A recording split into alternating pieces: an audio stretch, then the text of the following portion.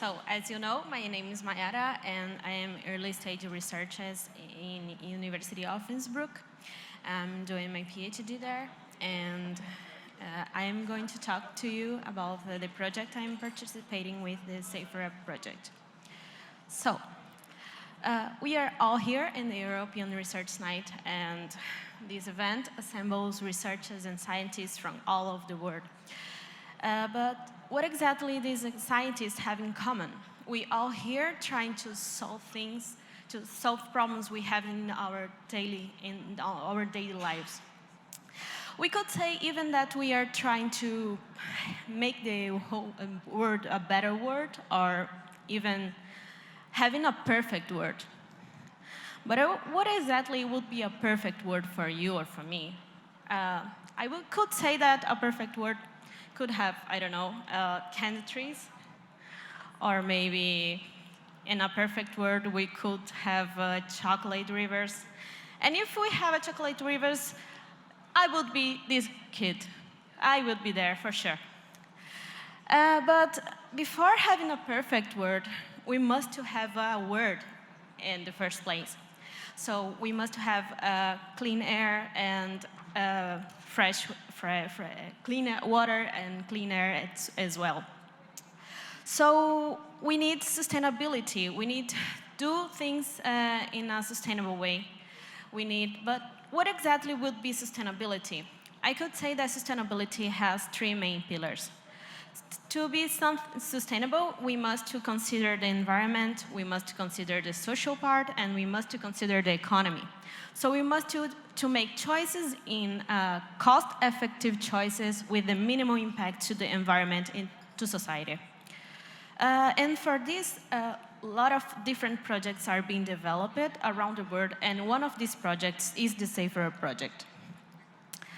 But the SAFERUP project in our team we have 15 early stage researchers, 12 European and 5 non-European countries, universities, 9 companies, 1 non-governmental organization, and 9 European and 3 non-European countries. So we have as well USA, China, and Australia participating on it. Our project aims to develop sustainable materials and technologies for pavement construction. So we aim to improve in design, accessibility, and safety for our urban pavements. We aim to construct sustainable, accessible, safe, resilient, and smart urban pavements. For this, we are going to develop innovative methods and innovative materials. So we have 14 of the ESRs are going to develop this part, which means they are going to be directly in the lab working on it. But we need someone to do the sustainable analysis. And guess who is going to do this? Exactly me. I'm going to do the sustainable analysis of all these projects. And to do this, you may not know, but our pavements, to construct them, we need aggregates. We can also call them stones, as you wish, and bitumen or asphalt. Both of them are non-renewable resources. And we need to, even then, being the traditional methods we use it in, traditional materials we use it in all over the world, we need to change this because it's not that sustainable.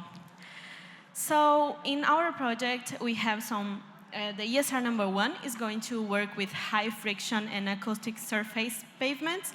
He's going to print an aggregates in a gel polymeric material.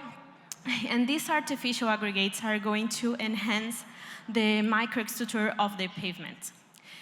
This is going to reduce, for example, the accidents that is going to happen that it's daily happening in the pavements. The ESR number 2 is going to work with safer hydronic urban pavements, and this means that she is going to develop pavements with controlled temperature. This is going to help us during the winter time when we have a lot of snow and the surfaces are going to be de-iced like naturally. And this is going to make the pavement safer as well.